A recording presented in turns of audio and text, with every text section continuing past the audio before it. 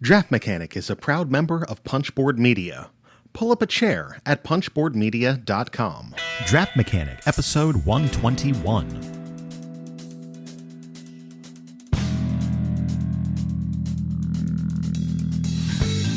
On this episode of Draft Mechanic, we discuss recent plays, well, sort of recent plays, of Stay Cool and Roar and Write. We go to the Carcassonne to talk about Carcassonne Wheel of Fortune. We have a six-pack review of High Rise and an on tap for that. We talk about the Black is Beautiful beer project, and we're just happy to be back. It's true. So sit back, relax, grab a pint, and enjoy the show.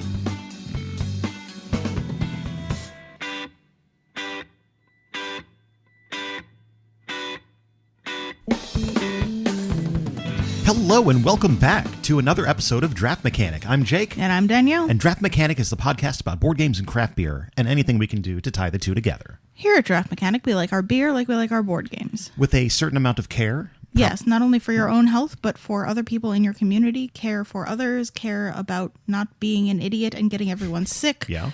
Care about Black lives because they matter, and we're going to put that right up front. And if you have a problem with that, now is a good time to leave this podcast. Although if you have a problem with that, I don't know how you've made it this far. We have not been, shy about that stuff in the past. Hey, we're back. This is an episode of Draft Mechanic, believe it or not. Yeah, I mean, it's been at least 3 months. It's been a while, in the words of one Aaron Lewis from Stained. That is that song. Yeah. That guy has a name? It's been a while. Yeah. Hey, we'll get to that stuff in the final round about, taking some time off. Not Stained, though. No, we're not intentionally going to talk about Stained later. Oh, boy. Well, as you can see, we are typically derailed at this point of the podcast, so it is time for us to remind you that we are here. Thank you so much for listening to this and any all past episodes. We really appreciate, you tuning back in, even though we were gone for many months. And just really, thank you. Thank you so much for checking us out. If you are looking for more information on the internet, it's draftmechanic.net or at draftmechanic on social medias, such as Facebook, Twitter, Instagram, etc. Draft Mechanic also has a Board Game Geek guild that is guild number 2470, or at least it was last time I checked. It still is. Okay. They don't change the numbers if you don't look at them. So if you would like to go to the show notes or have any other information about this episode, that would be a place to find it. And we are also a part of Punchboard Media, where we all bring something to the table. It is our media network that we are a part of. Punchboardmedia.com is the place where you can go to check out a whole bunch of awesome content creators. We're also sponsored by Gray Fox Games, which we're supposed to say at the beginning of every episode, and sometimes we forget, but not this time, because I remembered. We've remembered. We have the notes in front of us. We know what we're doing this time. Well, I'll tell you one thing we don't know about is whether or not we're ever going to have another Charlotte local game night, because who knows? It could be 2021 at this point. So in the meantime, we hope that you are all enjoying game nights in the safety of your house, properly sanitized and socially distanced and all that stuff. Not a whole lot of news other than the fact that we are back. So I feel like... Well, lots and lots of news. True. But none of it that is pertaining to... Nothing we really want to do up front, but I would like to just jump into board games, because it is probably the reason you were here, board games and or craft beer. So very quickly, last episode long ago, we talked about Planet Unknown. Do you have an update on that one? It funded their late pledges on their Kickstarter page. That's the update. Hey, if you forgot about Planet Unknown, it has a Lazy Susan and it's tiling, and I was all about that. Yes. Okay. And as is customary, I have one new project with which to talk about. With which to talk about? I don't know. Grammar is a challenge. Anyway, this is the Fuzzies. It is coming from Alex Haig, the creator and maker of Monikers, and also Wolfgang Warsch, who Alex Haig partnered with on Wavelength. We talked about at some point last year. That was last year? Yeah. Some point. Anyway, this game is currently funding $49,000 of its $10,000 goal with 1,510 backers. It ends on Friday, August 25th, with an estimated delivery by the end of this year, December 2020. It comes... Optimistic. Yes. It comes with free shipping when you pay the $19 pledge, which is pretty dang nice. And you can also back higher levels to get copies of Wavelength and Monikers thrown in, which we're all about. Monikers is phenomenal. We love it. And the new editions of Monikers, they've kind of changed around the card list and kind of combined some of the stuff from expansions in there. But there's plenty of Monikers, and you will want Monikers if you could ever... I guess you could play Monikers over Zoom, couldn't you? No reason not to. I mean, I'm not sure how you get the card pile to everybody. I don't know. I'm sure there's a world out there we can figure out what's going on there. Anyway, Alex and Wolfgang are back with a spin on the Jenga-ish Tumbling Tower trope, and they're going to solve a whole bunch of troubles in that. Basically, you have a tower of fuzzy balls that are kind of like pom-poms. They're fabric, and they just magically stick together, which is very nice. Craft pom-poms, not cheerleading pom-poms. Yes. For scale. And basically, it's going to solve some of the biggest problems with Jenga. For one, it doesn't take forever to set up because you just pour them into a cup, you put the stand on, flip it over, and lift off the cup, and you've got a tower. Nice. Takes like 5 seconds. You've also got a cup. Yep, it's got a cup, which is nice. I guess I'm from the era of Jenga players that they had like the little plastic tower that you would lay everything into. It was like 2 sides that you'd set into the bottom. Like that, but, a cup. No, I get it. I'm just saying, like, a cup is more useful than 2 sides of a tower. And also, it solves the problem of loud noises because pom-poms aren't going to make a whole bunch of loud noise. They are less likely to break or fall and crack anything or knock over your glass. And apparently, they are quite washable if you are to get them into your beverage because you are playing this party game with beverages. That's not the kind of sticky they're supposed to be. No. And also comes with a pair of tweezers, which is nice. If you got big old fat sausage fingers, you can get little tweezers. But basically, the way the game is going to work is you draw a card off the top of the deck. The cards are one-sided color, so you can like specifically say, oh, you're getting this color. And if you don't want to do colors or you can't do colors, the other side have different challenges, like I guess like cover one of your eyes, or you have to use your non-dominant hand, stuff like that. But basically, you choose one of the balls, you hit the tweezers, you tweeze them off, and you put them elsewhere up higher on the tower, and at some point the tower falls, and everybody goes, oh, no. Undoubtedly, they go, Jenga. Yeah, true. It's like Kleenex. But they're like, Jenga is a fun party game, obviously, because everybody has Jenga somewhere in their life, and every bar everywhere has a giant Jenga 2x4 set that they've, actually made and not just left in the living room for 6-7 months. Sorry. What is bar? What is bar? It's the place we used to go out in before times and have a beverage. Ah. But with this, it is on a nice little rotating tower, easy to get your fingers at. And if you wanted to play Jenga-ish tumbling tower games without a bunch of wooden blocks, this is an option for you. So right off the bat, like, you covered a few of my initial worries that these things that look very much like cat toys would get very dirty. I mean, if they're supposed to be held together by friction, any kind of dust or cat hair that they might come across would stick, but you said they are washable? Apparently, I was going through the comments, and a lot of people have brought that up, and they're just like, yeah, you just throw them in the washer. They're fabric, and they can just get thrown in your, I guess throw them in a bag or something. Cool. And you said that there were non-color-based challenges, because I was also worried about that. So that's a cool thing. They've got tweezers, but it looks like you don't have to use them. So if you don't have the fine motor skills for tweezers, I mean, you can use your fingers, which it still requires fine motor skills, but that's nice that they came up with that. You can't stand up, right? So the tower rotating is not only functional, but it is part of the game. But it's mandatory. Yeah, you are not allowed to stand up during the playing of the game, which is interesting. Cool. And it sounds like it'd be great for people either that live in apartments or that have little babies. Because babies wake up if you knock over large piles of wood. And neighbors don't appreciate it when you make loud clacking noises late at night. So I would assume that this is good for people who are concerned about noise and who just don't want like the setup of Jenga. Yeah. So like obviously it'll all come down to whether or not you enjoy playing Jenga or Jenga related games, whether or not you like this. But I feel like if you do, the team that's designing this has really done a lot of smart moves to make this a better version of that kind of tumble and stacking game. And the price points at the sort of the same point as like a set of Jenga. Now, obviously you can buy like Walmart brand Jenga or dollar store brand Jenga tumbling tower. If you want that name brand Jenga with the the stamp on the block. Yeah, I think they're like $20 though. They're $15-$20. So if you're talking about $19 plus free shipping, if this were the kind of thing that you wanted to get as a gift for somebody like a family or whatever, this would be just as good as getting Jenga, and it has all those other benefits. So. And they've been, like, monikers is in Target, I know. Yep. Wavelength as well. Okay, so yeah, it's likely that this is going to end up on some store shelves, hopefully after this Kickstarter. It wouldn't surprise me to see this in Target or something later on, but they get you with the $19 with free shipping on the Kickstarter, because I would wager this will probably retail for $20 at your big box, but it's free shipping and you get it straight to you, and the money goes to the creators and not the Target. Oh, I know. I'm just talking about like the long tail on this game. Yeah, absolutely. But it's really interesting. And, it's 2 to 4 players is what they recommend. They tell you to not go more than 4 players, which is good because, number of people you're allowed to have around right now is already kind of limited. Fair. But I think it's a really smart idea. If this is the style of game you enjoy, if you like a fun party dexterity game and you like Jenga, you wanted a new spin on it, something that is fun and interesting and a different look, and also solves some of those annoying problems that we mentioned earlier, I think it's a good idea. Now, how are they going to make Truth or Dare the Fuzzies? I mean, you just put it on the card, I guess. I guess. Or maybe... I don't have a good pun or joke. No, that's just the version of Jenga that we happen to own, because I think I got it as a white elephant gift years and years ago at like a friend's white elephant party in college. Ooh, it just occurred to me you could play Dread with this thing. Oh, you could definitely play Dread with this thing. Oh, that sounds fun. Yeah, I mean, I would venture a guess that the stick-to-itiveness of these balls is less so than a traditional Jenga tower. Yeah. So you might have a lot more dead characters. I'm really interested in that now. You could like even have like a Jamie Stegmar's Euphoria world where it is still like colorful and everything looks like it's good, but underneath it's this dark world because the tower is so fuzzy and colorful. Oh, okay. Yeah.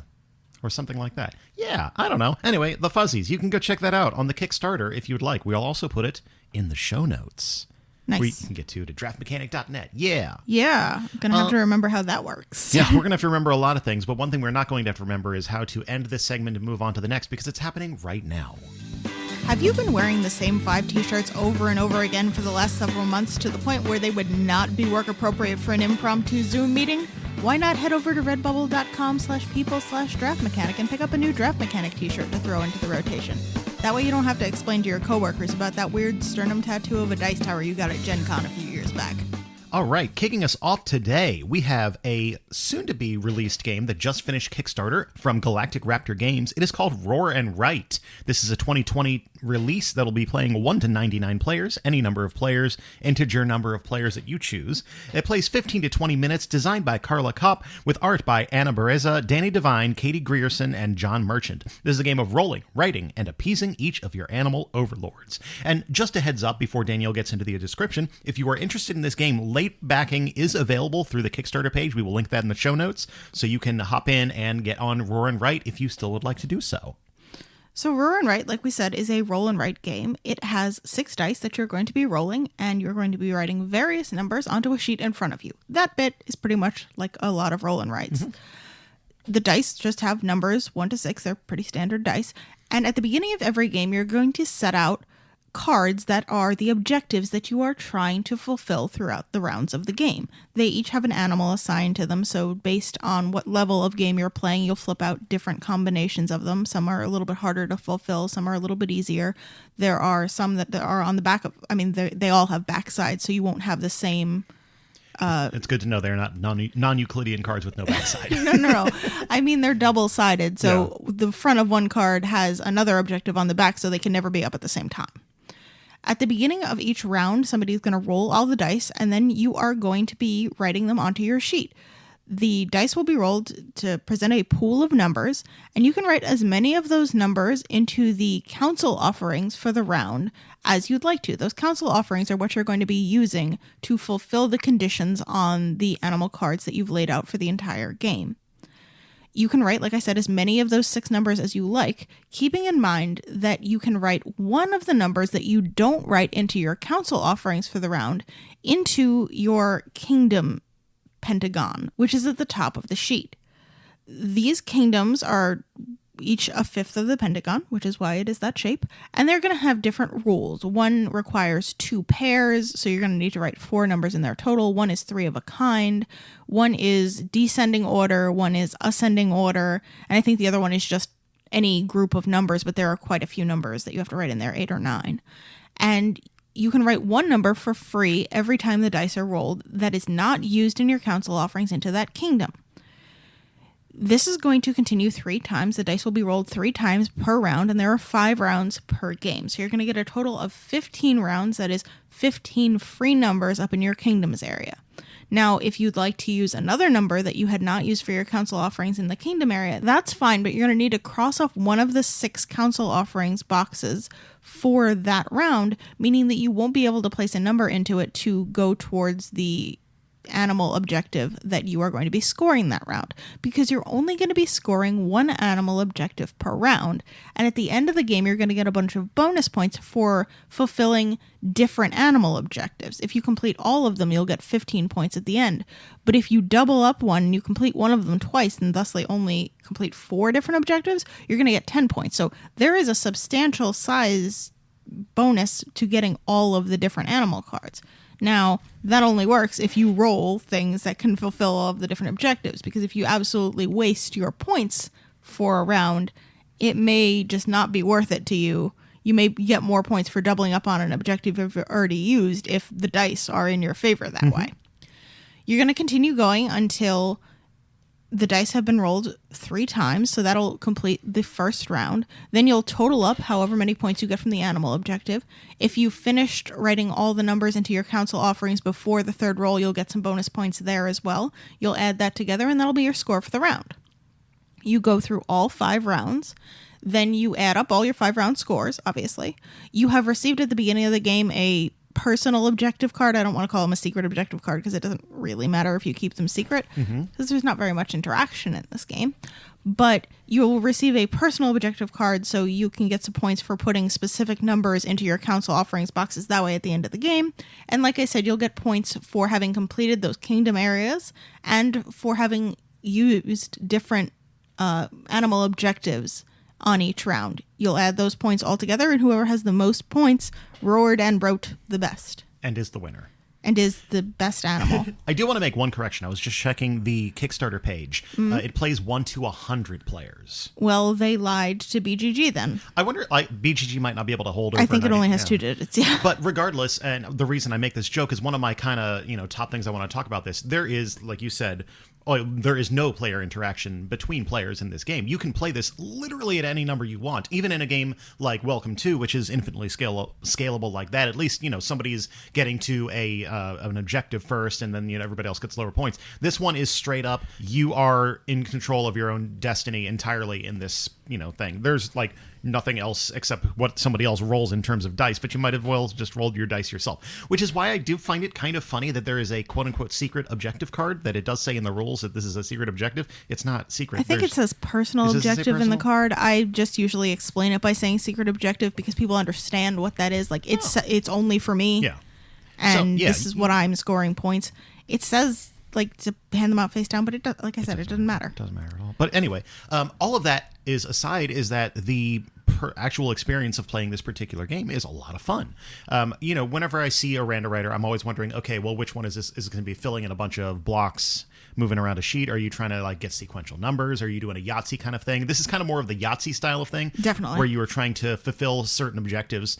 But I love the added wrinkle of having that top section up there where you're putting your spare numbers and trying to create a second set of objectives that will score you extra bonus points. And I do also really love the fact that there is no way that you can fill in everything up at the top unless you were to completely just cross out everything on the bottom section and not even, take any dice. That would not be worth it. You could technically do that. But it means that at the very beginning of the game, you have to decide, all right, which ones am I going to go for? There's 5 different options, like you said, and you're probably going to get 2, maybe 3. If you're incredibly, incredibly lucky, you can get 4. I have got 4 once. Yeah. But you have to decide early on, and I like that because then that will guide everything else you decide in terms of how you're taking dice for your bottom section, which goal you're going to go for when, and I think it's just a really smart kind of combination of pairs right there. Yeah, you do need to be really mindful when you are filling those numbers in of getting in your own way, because there was a game that we were playing of this where I needed a 3 on both of my ascending and descending kingdoms, but I also needed a 3 because 3s were really useful for a lot of the animal objectives. So I was like, okay, I don't want to use the 3s because I need to put a 3 in both of these before I can move on from that point, but I really want to get the points for having a 3, and that was my fault. I shouldn't have left them in that condition, where the thing I wanted to put in my council offerings was the thing I also needed on both of those. Yeah. But I did, and I had to be careful about that, and that's an interesting decision to have made. Yeah, this is a smart little place to play in where those numbers can be used in so many different spaces, and you have to kind of do the weighing of the value of which one's going to be better, especially not knowing what you're going to be going after the rest of the game.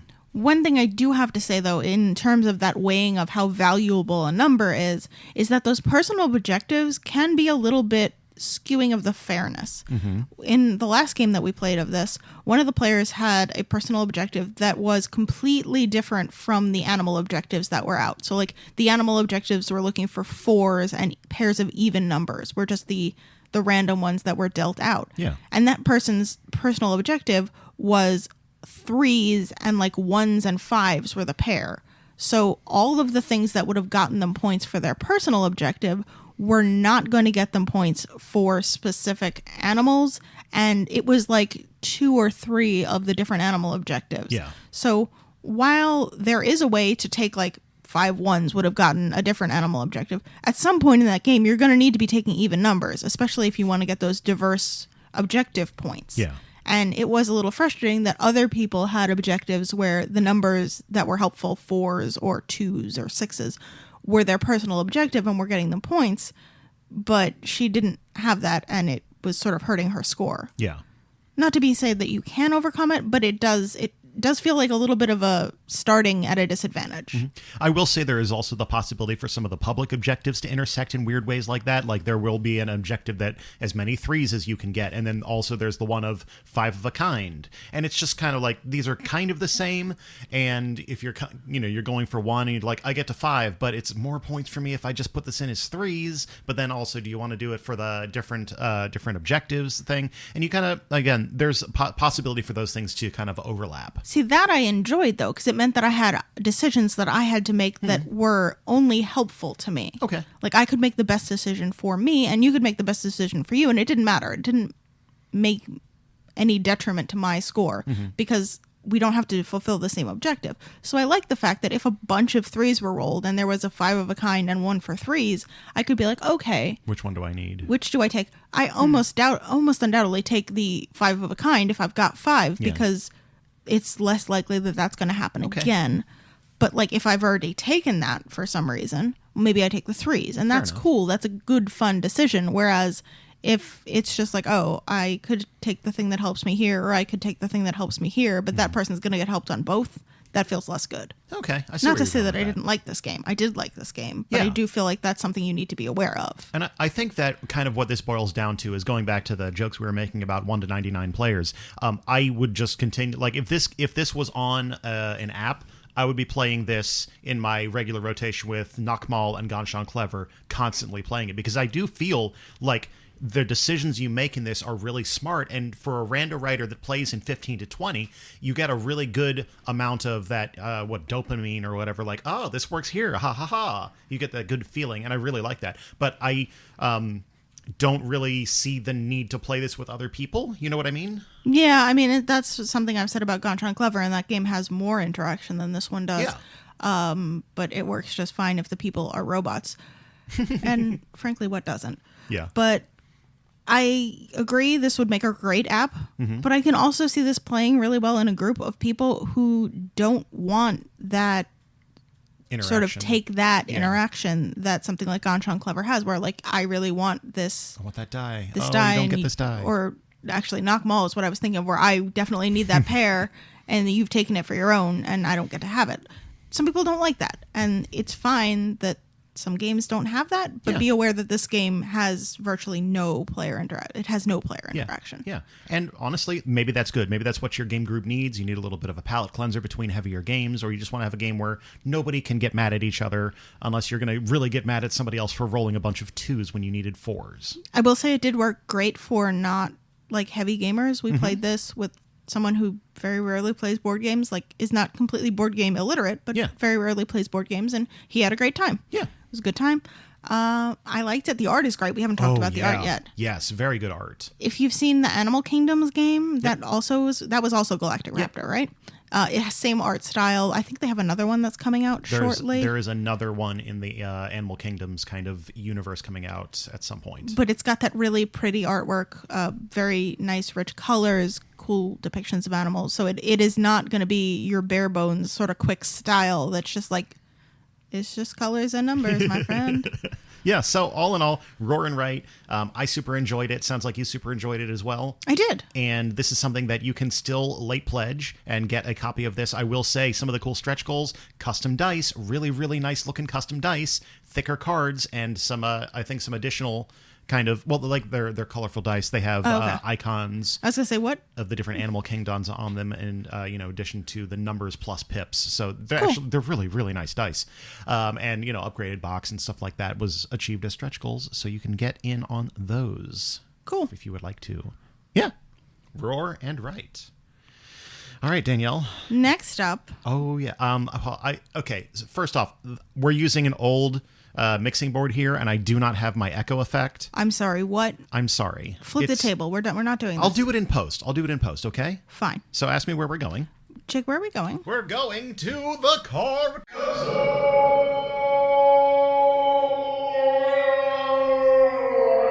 I guess that was some garbage looking Foley, my dude. Yeah, well, look, I'm doing what I can, all right? Someday I'll figure out why that other board is buzzing. But not today. Tell us about the Carcassonne We're entry. going to talk about Carcassonne Wheel of Fortune, which is a 2009 release from Hans im Glück and Rio Grande Games. It plays 2 to 5 players in 30 minutes and is designed, as is pretty standard by now, by Klaus-Jürgen Werder. Our boy Klaus. With art by Doris Matthaus.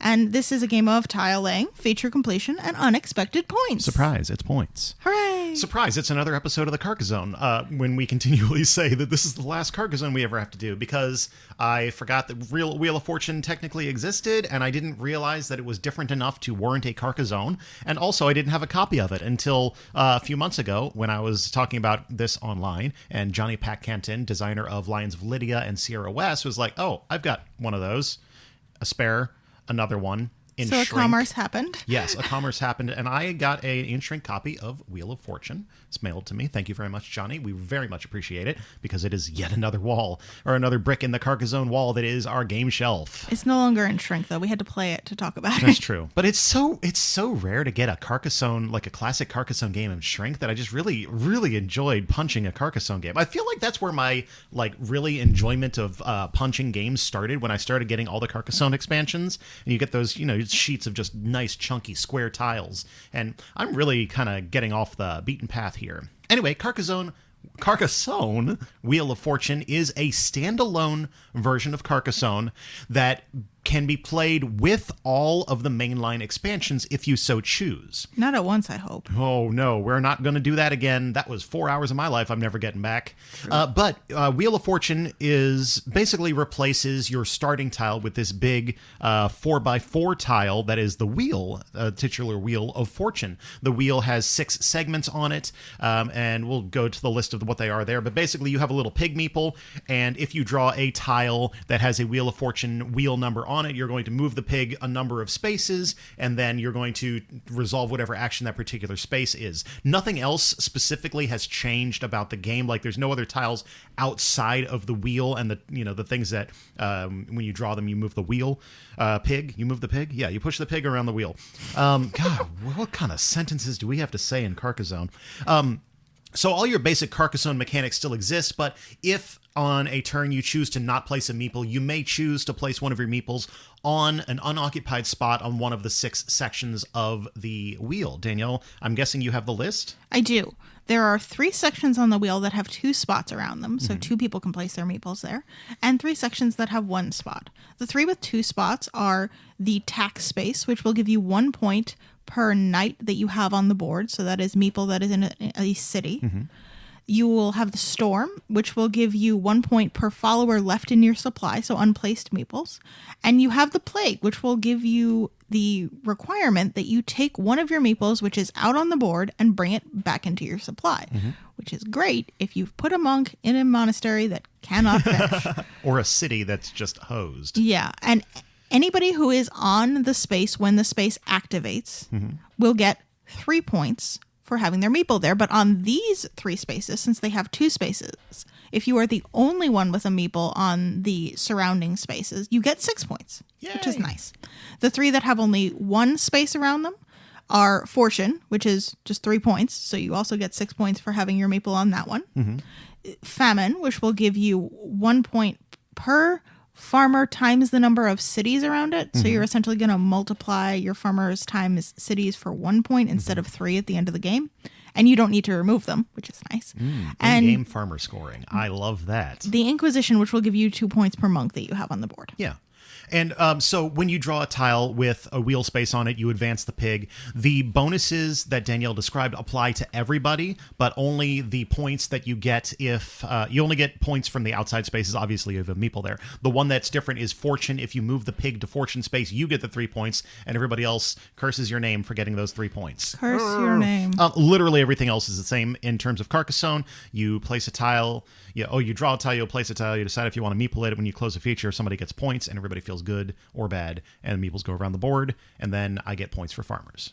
That's how the game works. That's generally how the game works, well, yeah. We say that, but like I feel like as we've gone through years of Carcassonne at this point, I'm getting fewer wins in farmers because everybody else is starting to like come at me really early in the game. Like, we know we can't let you have that. Second meeple, put it down, get the farms, get all the farms.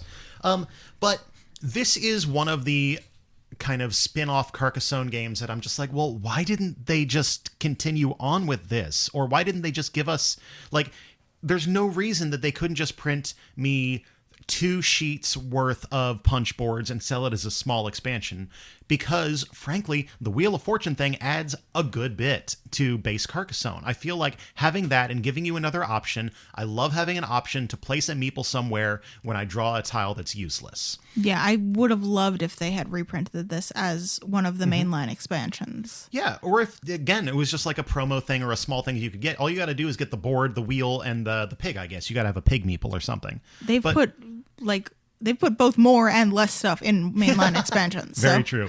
But it is the kind of thing that, like, this is one of those, like, no-brainer. If you want to have base Carcassonne, but you want to have something slightly different about it, and you don't want to add in a bunch of expansions, this is great because it just changes the game a tiny little bit and gives you something to do on a turn that's useless. When you're building your road to nowhere, you can at least put a meeple in the center there, and then every now and then you get to move a pig a little bit. Yeah, I mean, I agree with you. This is one of the things that I would play with almost every time I played with it, if it were an expansion that I could throw in with other stuff, because I would like to still have, maybe inns and cathedrals or traders and builders in, and also have this. So the fact that you have to have this game that is not in print anymore, like I said, 2009, and Rio Grande is the U.S. publisher. They're not even publishing Carcassonne anymore. Yeah. So the chances of you getting this, like you said, when you were very surprised to have gotten it, are slim. I wish this had been one of the littler boxes, not like the little baby boxes, but just a mainline expansion that you could put in.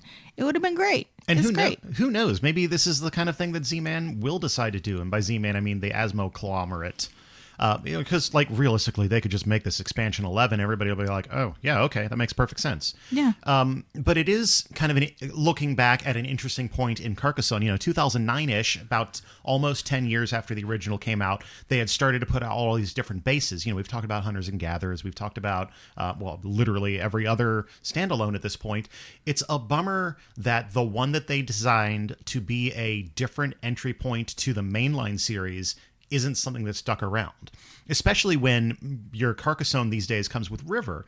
Pretty much any Carcassonne box you buy will come with River as a starting option. This is just a different starting option. I don't think you could use both of them together. That wouldn't make a lot of like you physically could. It would just be weird.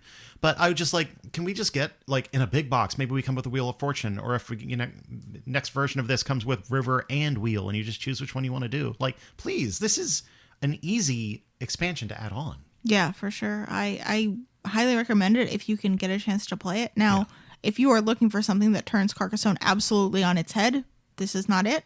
It is fun and gives you some nice options, but it is not drastically different from regular Carcassonne. So you do have to like Carcassonne. I would think it's safe to say you have to like Carcassonne to play Carcassonne Wheel of Fortune. But if you can give it a shot for like either somebody else's copy or pick it up at a really decent price, I like this Carcassonne. Yeah. Okay. I think I can summarize the way I feel about it. Nobody is starting with this Carcassonne edition. Because not now, no. Not now, but like even 10 years ago, nobody is starting with this. They're starting with the base box. But this box does not make sense to be a starting box. Right? I guess. Like, yeah, 10 years ago, maybe if you saw the base box and this on a shelf and somebody told you, oh, you can play this with this. You can play this instead of that, you might have bought it. But at this, like, that's not relevant now. It's 10 years ago. I guess that's also probably why they didn't continue printing it, because it's a weirdly packaged starting box. Yeah. It's a weird standalone. I would love it as an expansion. Yeah. Well, it's fun to play with. If and when we ever get to do board game group convention things again in 2022, we will probably do our big Carcassonne blowout thing that we'd always dreamed about doing and Don't never make actually promises. did. Yeah, well, that's why I couched it with a lot of maybes. If the world still exists and we ever get a chance to, we will have this with us whenever the Carcassonne lands at a gaming table somewhere. Yes. Probably. Yeah, Carcassonne. It's so hard to actually say the word now. Carcassonne, Wheel of Fortune.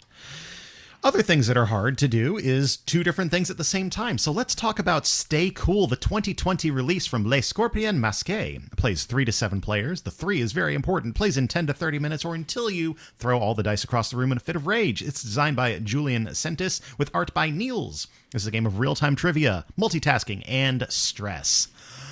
If you listened to our Gen Con... No, PAX Unplugged. It was PAX Unplugged. Recap. We talked a little bit about this, and oh boy, we have it now, and we got to play more Stay Cool. Danielle. Stay Cool is a game where you are essentially... Stay Cool is a game. It is a game. Yes. Where you are essentially trying to do different things with your speaking functions than you are with your dexterity functions. That's the basis of the game. Yeah. You are going to receive a bunch of dice. Some have vowels, 2 have vowels, the rest have consonants. And the people to your left and right are going to receive lists of questions. One of them is going to be asking you questions that you need to answer verbally. The other is going to be asking you questions that you need to spell the answer to with the dice that are in front of you. And I believe they're all 3 or 4 letter spellings. There's nothing that uses like all of the dice. Some of them are dexterity-based challenges. Right, Like but the word length is Yeah, all 3 to 4 letters. It's not, there's no like 7-letter words. Yes. So, like I said, you are going to be trying to do both of these at the same time. After you complete either one, that person will go on to the next question. So, say I ask Jake, what is the animal that lives next door and makes a whining noise every day for hours and hours at a time? Dog. I would then say the next question, and he would have to answer that verbally. If he has not yet spelled out the answer to his dice challenge, that person is probably going to ask him the same question again. You can repeat the question if you think somebody is not working on your request or if they've forgotten it or whatever. This will go on until a timer runs out 4 times. It is a 30-second timer, so you will flip it so it goes for 2 minutes. At that point, you're going to multiply the number of points you've received from answering verbal questions times the number of points that you've received for spelling things out with the dice. It's not necessarily 1-to-1, but as you answer more questions, you get more points. And you are going to get a score. The highest score, I believe, is 25 per round. Yeah. So then everybody will get a chance to do that. That's the first round. The second round, you now are, as you are answering these questions, in charge of telling the person asking you questions when to flip the timer. If you let the timer run out, then your round immediately stops and you tally your score at that point. If you make it to the end of the 2 minutes, then you get your score as you normally would. The third round happens once everybody's done that, where now the timer is hidden behind the box top and you need to tell the person when to flip the timer, making sure it doesn't run out, but also making sure that you leave yourself enough time. You don't flip it when it's less than halfway through and cut yourself short, and that you know about how much time is in there so that you know when to say flip again. It's a bit tricky. You're going to do this until everybody has completed the third round. And at that point, you will tally up the scores from all 3 rounds for each person, and the person with the most points wins. Yes. And you all have won for playing this. I joked earlier about, this is a game called Stay Cool, or Stay Cool is a game, because it is a game, but it is also a challenge. It is a challenge to you to whether or not you are capable of paying attention to more than one thing. And if you have a hard enough time paying attention to one thing, you're going to have some fun. And we had joked when we talked about this at PAX Unplugged that I was quite good at this game and you were not great at it. But what has become very apparent to me in the subsequent plays of this game is that I am very good at the first round of this game. Yeah. I am not great at the second and third rounds of this game because I just completely forget that the timer exists. And there are folks in our group that were really good at judging time, and they were excellent at getting that timer down to like the last second, even when they couldn't see it. Mm-hmm. That is a skill in and of itself. So like anybody who has weird like thinking and puzzly skills may find something in this that they're good at. Mm-hmm. If you are not good at paying attention to a bunch of things at once, this is a pass for you straight away. I will say that right away. Mm-hmm. I will say, and this is kind of pulling the curtain back, I learned a little bit about myself playing this in a home scenario versus in PAX Unplugged. PAX Unplugged, I literally could not pay attention to what was going on. But I actually found myself very good at this at home, making me kind of, become more aware of just how attention issues I may have, which is, I guess, the life. But I actually, once I got to a point where I could just focus on what was going on, I actually really enjoyed doing this because just the thought of being able to think of two things at once was surprisingly fun, and I didn't expect that. I think it is also, it benefits from the fact that you watch everybody else struggle with the same thing that you're struggling with. Mm-hmm. Because everybody is going to have a point in this game where they're just like, oh, I'm sorry, what? Crickets. And if it were just one person that were having a difficult time, it wouldn't be fun. Yeah. But everybody is put in the same really weird and stressful situation. So the fact that everybody gets this makes it a little bit more equitable and fun. I enjoyed it that way. Another thing I will say along that line is this says it plays 3 to 7 players. I don't really think you would want to play it with that many players, because if you want to have that same kind of feeling where everybody is feeling that same kind of uncomfort and confusion, 7 people just means 4 people are going to be sitting there the whole time every round. And I would really just probably not push this past 5 players. Yeah, 4 or 5 would be fine. 3 also works fine because at that point you're engaged throughout the entire game. Mm-hmm. You're either asking questions or answering questions. I liked 4 or 5 because it gave you a minute to just decompress and just laugh, where you're not responsible for doing something. Yeah. And then you can just get back into it when it comes back around to you. I did have a little bit of a problem with the questions on these cards. That is exactly where I was going next. Since they're trivia questions, some people will just get harder questions than others, or will get things that they just absolutely don't know. And you can pass through, but you get to a point. It burns a timer flip or something, right? It does, and you get to a point where you just don't know, you don't know what you don't know. Yeah. There are also some issues, and this was in the rule book, but it was a thing that wasn't necessarily clear a lot of the time. If there is an answer given that fulfills the criteria of the question, but is not correct according to the card, you can choose to accept it as the judge, which was something that we didn't see in the rules at first. And there are definitely questions on this card that have answers that are not the given answers. I remember there was one that was what do these 3 words have in common? And they all ended in E, but that wasn't the answer. Quote unquote correct answer, yeah. But I was like, but they do. Yeah. Why is that not an acceptable answer? So you are allowed to accept those things, but make sure when you play it that you know that. That doesn't help the fact that some people just don't know stuff. Yeah. And that's going to be a problem with any trivia game. And one thing that is super important to tell everybody when they start the game is that the white dice have the vowels. Yeah. We definitely played a game without knowing that. And oh boy, that changes up the way you're doing that's that. on us, though. Yes. But if you want a game that puts you in a stressful situation and you are okay with doing a bunch of stuff at the same time, this is a fun game for sort of a mid-number of players. If you feel like this would put you in a stressful situation you don't want, which, especially right now, 100% reasonable. Yeah. If you are looking for just a relaxed, silly game, this is probably one to pass. This is one you want to be able to put yourself in a little bit of an uncomfort and then let it go and move on. Yeah. Yeah. You can, if you want to have a real, chill thing like that, go get the Fuzzies. Yeah, or little soft balls. And anything that doesn't have a timer would probably be a good start. Yes. Well, that is... Stay cool. All right, Danielle, it's time for the turning point where we turn into the big feature review. And oh boy, is this one a big skyscraper of a game. Poof, we're a big featured review. No, not like we're like in a car or, turning a page. Anyways, High Rise, it's coming up. In Arcana Rising, the upcoming Kickstarter from Grey Fox Games, you are a spellcaster looking to prove your mastery and ascend beyond mortal form. You've carefully prepared your magic, chosen which arcane arts to focus on, built up powerful combinations, even decided whether the risks of dangerous blood magic are worth the potential rewards. But strong magic is not enough if you ignore the phases of the moon, which dictate the arts, which are rising in strength and those whose time is not yet at hand. Will you unleash the perfect spells right on cue to take the victory over competing casters? Arcana Rising comes to Kickstarter from Grey Fox Games on August 4th. Grey Fox Games. Quality games, cleverly crafted. Our six-pack review this week is for High Rise, which is a 2020...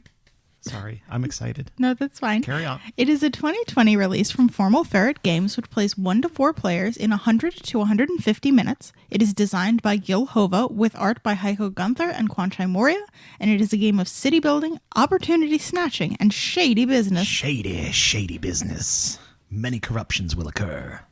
That's a weird sentence when you say it. Some kind of, I don't know, big city corruption. Yeah. I don't know. Look, we don't do skits or anything. That's what you get. High Rise. Oh boy. This game has been talked about 7 times on Draft Mechanic already. Really? I just checked on the website. We have mentioned this game 7 times, and it is now here. Our first mention of it, Gen Con 2018, when we had a chance to play it. Mm-hmm. We checked up on it in Gen Con 2019, obviously, because that's what you do at conventions. You check up on it. And now it's here. High Rise. It's available everywhere that games are sold, if they have it. Otherwise, just go with me on this one. How you play it, Jake? I honestly spent a good bit of today trying to figure out how I was going to do this particular game's explanation, because I will say up front, there are 3 different versions of the game. Yep, 3. That's one more than I expected. Yes, there's an introductory game that plays in 2 rounds, there's a standard game that plays in 2 rounds, and then there's a full game that plays in 3 rounds. Which did we play? Yes, we did. We played all 3. Basically, it just kind of comes down to how many different steps of setup and how much variability there is. So I'm kind of just going to describe them at the top level of the full game. Introductory game just basically takes out a round and makes your starting stuff the same every time. In the standard game, you are then putting in different tenants, which I'll talk about in a little while. Like, oh, that's random, and you don't start with a specific tower, something like that. And then in the full game, you'd play the full 3 rounds, and I feel like that's going to be a better discussion point for us. Certainly. Because the full game in 3 rounds and the standard game in 2 rounds really kind of comes down to a time and player count question, which we'll get into much later. Obviously, you saw that this game plays 100 to 150 minutes. This is a little on the longer side. In that 2+ hour range when you really get into it with a higher player count. But even with a lower player count, we were hitting that 2+ hour range. True. So I will say, don't sit down to this expecting it to be snappy. But you can sit down to this game and play it because it is available now, and I will tell you about it at this time. So, High Rise is a game in which you and your other players are playing as moguls of real estate development in a very fancy city on an island. Not an island, a peninsula-ish island. It's Manhattan, all right? It's kind of like Manhattan and stuff. I don't know. You're New York. You know things. I'm not New York, but I am from where Gil is from, which is New Jersey, and he can see New York from his house, I bet. Yes, but so basically you have this board that is a gorgeous, very long board that is, the lay of the land, the city, perhaps, of High Rise, where you're playing this game. It's divided into 5 neighborhoods. You have your downtown area, and then you have 4 other neighborhoods that I cannot remember the names of, but that's not super important. And then around... They're essentially the Upper East Side, the Upper West Side, and then around the outside of the board, you have a one-way track, basically, where you are going to be moving your mogul on your turn up to a next space of your choosing, taking an action, hopefully building some buildings, and feeling very good about yourself or very bad about yourself, depending on what decisions you have made. This game's turn order is kind of a thing to start off talking about. It is the furthest back goes next kind of turn order, where you see in like Tokaido or Glenmore or something like that. So whoever is the furthest back on the track has the option to move next. What? No, I'm just laughing because... The hand motions. Oh, I'm making a lot of hand motions. This is something that I think a lot of people don't realize. I have to make a lot of hand motions when I'm talking about games because I have to physically move them around to make them feel like I'm doing what I'm doing. Anyway, In the high rise, you are going to be last player or last person on the track goes next, and you have the choice of going to any unoccupied space ahead of you on the board. The action spaces are actually split up into zones. So in each of the 5 neighborhoods, or I guess the 4 neighborhoods that are on the outside of the board, let's just say this. Each neighborhood has zones assigned to it, and the zones are 1 to 3 or 4 action spaces, and you must move out of the zone you are currently in to the next or any advance, space ahead of you. Obviously, if you go too far ahead, then you are going to be skipping over a lot of stuff, but maybe you really want to get to some lucrative thing up there that you want to get to before somebody else does. It's the whole point of this kind of motion action selection motion thingy. But basically, you're going to move your mogul to a space. You're going to take an action associated with that space. And your end goal in this game is basically to collect a bunch of resources, different quote-unquote floors that are different colors and nominally different materials, to then get to a building space and build a tower into one of the 5 neighborhoods, each of which have 3 or 4 building spaces on them, depending on player count.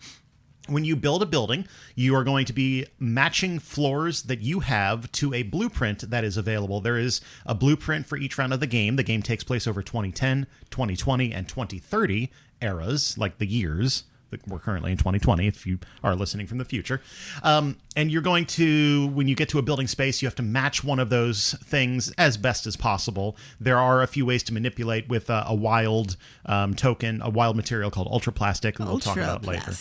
But basically, you're going to get points for the number of floors. You also get points if you match ultraplastic to ultraplastic. You also get points if you're the first person to build that particular blueprint. You're going to take one of these cardboard standees, that is that number of floors tall, put it in one of your bases, and plop it down onto the board in the space of your choosing. Now, depending on where you want to put that, though, a number of other things are going to happen. First off, a lot of different actions you take in here give you the option to become a little bit more corrupted. You take corruption on a corruption track. You are going to get like a different benefit or something. Maybe you get to take an extra floor when you're drawing floors, or maybe you get to build in a different neighborhood, stuff like that. And at the end of each round, that corruption value is going to be evaluated for all players, and there's going to be some penalties assigned. We'll talk about that stuff in there's going to be some penalties. There's going to be some penalties. But also, when you place your building, you also get to take the action of the tenant tile that is connected to it, which is really cool. So at the beginning of the game, the tenant tiles are randomized for each of the neighborhoods, and those tenant tiles are activated when you place a building there, and also when your mogul lands on the associated space on the one-way track around the outside of the board. There's 2 different ways to get at those tenant things, which is cool because they're really cool powers and allow you to do all sorts of fun stuff, which is the whole point of this game. When you build those things, you're going to get points for however many floors and stuff, and other, variable bonuses, stuff like that. And the game is going to nominally continue in 2 or 3 rounds until you're done. At the end of each round, there's a scoring for whoever has the highest buildings in each of the neighborhoods, and also highest overall. It increases by number of points, and also how many places are scored each round of the game. We'll say a round is 1 lap around the island. Right, a round is all the way 1 lap around. And at the very end of the board, there is a stop zone, so you can't go way ahead and start lapping everybody. Everybody finishes the round together and then starts another round together. So again, you're going to continue going around, getting bonuses from the tenant tiles, building buildings, and getting bonuses by building buildings, and all this other stuff to hopefully get a bunch of points, and then have the most of them at the end. And that's, on the surface level, kind of what we talk about when we are playing High Rise. I feel like you need to explain a little bit about that corruption track, though. Oh, yeah. Because it is very important to the way you play this game. So the corruption track, like I said, you have options throughout the game to take corruption to get more powerful effects. And this is going to be kind of informing all the decisions you make in this game, so it's important that we talk about it here at the beginning of the kind of discussion part of it. It is really simple. It's a track with numbers on it. The numbers go from -1 up to -40. That sounds like a big number. It is. If you get up that far, that's bad. Don't do that thing. You've done something wrong. But the way that it's manipulated is really interesting, because you have opportunity to gain and lose corruption as the game goes on. And then at the end of every round, there's also an evaluation. Whoever has the least points is actually going to lose some corruption. And then after that, they're going to give you some penalties. In your first round or 2 of the game, some of the tenant cards or the special power cards that you've gained from tenant tiles, somebody has to flip one of those down, for example. But at the the end of the game, you are going to lose probably a hefty amount of points based on your position on that corruption track. So throughout the game, you're constantly deciding, is doing this now worth me losing 1, 2, 5, 20 points later if I'm not able to get this corruption nullified later on?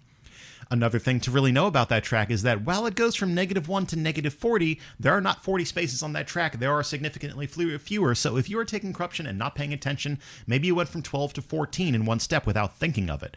So it's not just a 1-to-1. It does kind of amplify as you go on. And sometimes you really need to do that. Take that corruption just to get whatever extra floor or extra power you need. It's the kind of the decision behind everything is this worth it?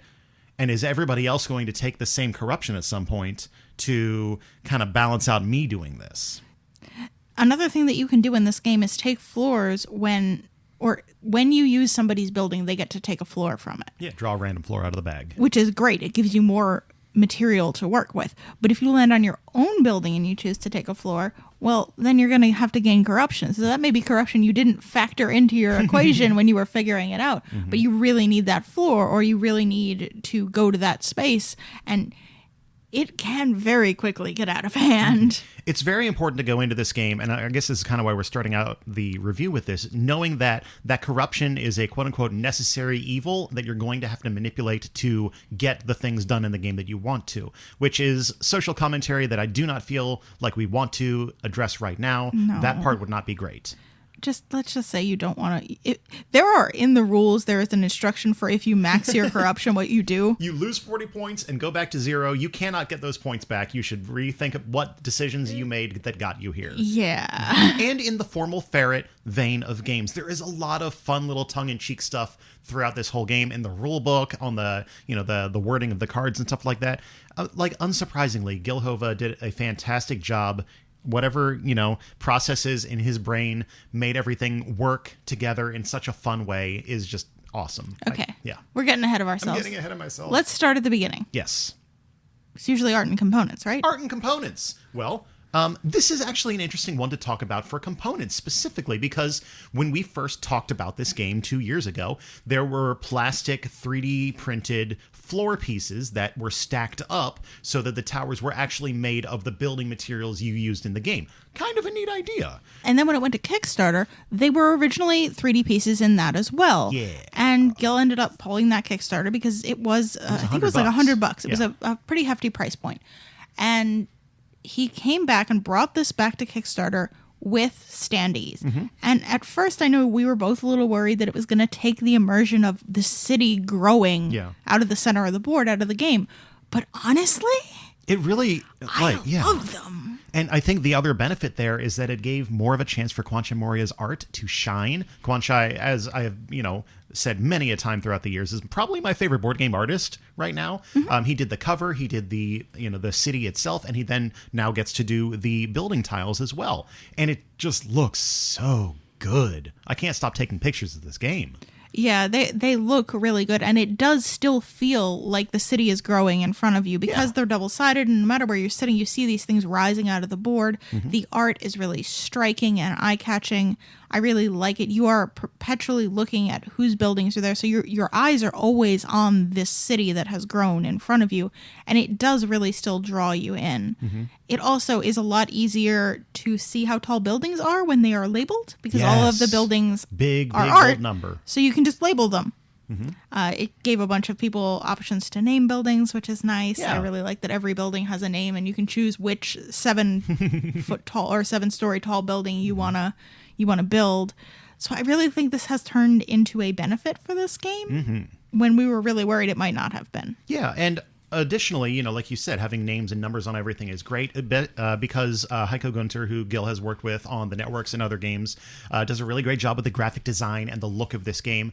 Everything is very clean, especially on the cards. And I know, when you talk about the networks cards are just very much they're white cards with black text and a little icon. Same thing with the power cards you get throughout the game in this one. But it also makes it really easy to just immediately be like, that's that card. Cool. I get it. And once you get a feel for the different iconography in this game, then you are able to really just rely on those quick, clear, and easy symbols. Also in components, I want to talk about the two different sets of player pieces and floors. I think it's a deluxe thing that you got with Kickstarter, that there are wooden pieces for the building bases and for the floor tiles. Yeah. I will say, if you aren't, because those aren't in the retail release. They're not in the retail, but they are available on the formal Ferret website. I will say, do not worry about not having those advanced things. I like the wooden standee bases just for the way that they fit together, but the plastic pieces work great. And honestly, I would play with the cardboard floors instead of the wooden tokens every time. Sorry, I don't mean to steal that little upgrade sale, but I like the tiles. It's a lot easier for me to understand what is in front of me because the pieces are all the same shape, I believe, but they're just different colors. Yes, the wooden pieces are all the same shape. Whereas the tiles have color and symbol. Yeah, they have color and symbol. So the blue ones have like a triangle in the background. The purple ones have a square or whatever. So I found those a lot easier to tell apart. So if you're buying this, you get kind of the best version of this. Can I rock your world though? Yeah. The wooden bases and the wooden tower bits are separate purchases. So if you just want the bases, you can just get the bases. Nice. Cool. The bases are good. The plastic bases are also fine. But I like honestly, the ones. yeah, the game in the box is great, which is good because I didn't even realize the other stuff was in the box the first time we played it. I will also it came say separately in the shipping box. It is slightly water resistant, which is nice. I wouldn't suggest spilling some stout on some of your 9 buildings because you need those. They're very important to have 9 buildings. A lot of nines in this game. Or a lot of 9s are played in this game. I didn't destroy it. It's fine. Slightly water resistant. Yes. So in addition to that, I think, again, components, graphics, graphic design, pretty simple. This will kind of segue nicely into the rulebook and the teach, which is kind of where I go next. Like I said in the very beginning, there's 3 different versions of this game, different, play styles of this game, which on the first learn does take a second to understand. But once you understand that there are different versions in the rulebook, it's actually laid out really, really well. The rulebook is laid out so that you're reading it just like a normal rulebook. And anytime there's a change, the rulebook splits into 3 columns and tells you what is different about that particular step. And anytime we were playing this game, as we went from the introductory with you, me, and Daniel to playing, a 4 full player game, and then playing 2-player games with the 3 rounds. I was going to say, I don't think I've played it 4 full players. That was me. But I got a chance to read the rulebook, and it was really easy to refer back to that and see each time I was playing which version of the game I was playing. It's clearly labeled. It's easy to understand. And it made it easier to teach as well, just because anything that changes from the different versions of the games is kind of back of house stuff, except for end round scoring, which kind of changes depending on what you're playing. But it was really nice. And I think the rulebook was laid out pretty well. As somebody who taught this game to you when we finally got the final version here, how was learning this game from a teach? I mean, it was fairly easy. The one thing that I perpetually had problems with were what the end game scoring was, depending on first off, what type of game we were playing, and second off, what decade it was, because the scoring changes at the end of every round. Right. That may have just been me being an idiot. I don't know. But it was that for some reason I always got hung up on the end game scoring, but the gameplay was fairly simple to learn. It was easy enough. And it does come with the backs of all the blueprint cards have reference sheets for you as well. So there's always enough reference sheets for every player, which is awesome. So you can pass those out at the beginning of the game. Okay. Is there any reason, from your opinion, to play the introductory game after the first time you play this? Introductory, no. But I can see a difference between the standard and the full game. Just time, or? Yeah, really just time. I don't think I would play a full game with 4 players because that would push it into 3-hour territory. I think that if you're playing with 4 players, you want to play the 2-round game.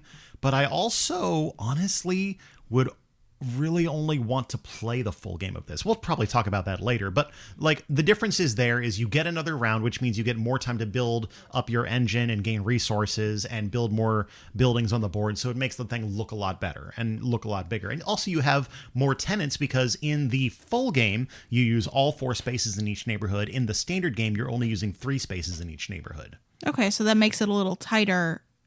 Artificially, sort of. Yeah, and also just means that you have fewer different tenants that you're going to be able to activate as the game goes on. I like having more things that can happen in a game rather than just being like, well, I guess I'm going to use this again, which is good because honestly, some of the tenants are better than others. Yeah. They're good to land on.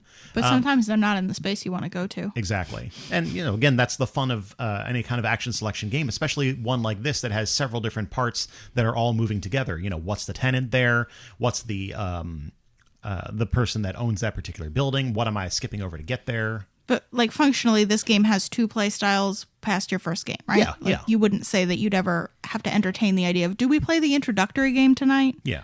Once you know what you're doing. And realistically, with decently literate gamers, gamer literacy is kind of a concept you think about here. Yeah. I would probably play the standard game if 1 or 2 players have played and know it well enough to to teach and kind of guide through that stuff. Introductory game was good for us to play for our first one, but I don't think we will need to go back to it again. Okay. How did you feel the 2-player game was? Because we have played this game. Unsurprisingly, we've played this game and almost every game 2-player at some point recently because, now. Yes. Well, unsurprisingly, if you have played the Networks, Networks has a dummy player system in it. High Rise also has that. It has this they call a neutral mogul, which is a dummy player that is kind of an interesting spin on it because you and these other player take turns controlling that mogul. And it's not just we're going to move this mogul ahead to block a space. You actually get to decide whether or not you're going to use that mogul to take the action of the space they end up on.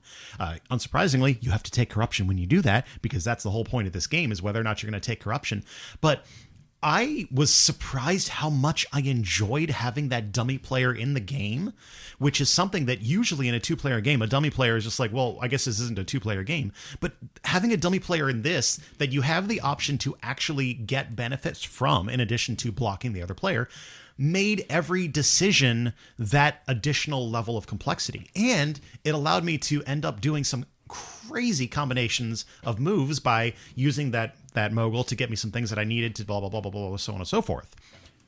I agree. I like the way that the mogul works. I like that you get to actually use it if you want. You don't have to. If you're in a situation where that extra corruption would do more harm to your game than whatever benefit that you're going to do, then you can just use it to block, and then that player can't go to the space that you're blocking.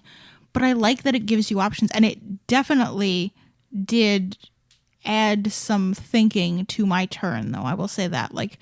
The level of thinking I was doing in a 3-player game with this and the level of thinking I was doing in a 2-player game with that dummy player did not feel equivalent. I felt like I was doing a lot more thinking because I was like, okay, this is my turn. And then it's then it's your turn, but then it's the neutral player's turn, and I'm controlling the neutral player, and I intend to jump the neutral player here, which means then it's going to be the neutral player's turn again, but then it's going to be you controlling the neutral player, and then it's going to be my turn, and you have to sort of figure out several turns in advance what you're going to have an option to go to, because I can sort of guess where you're going to put that, whether you want to take the corruption or whether you're absolutely boned on corruption and you're just going to use the block.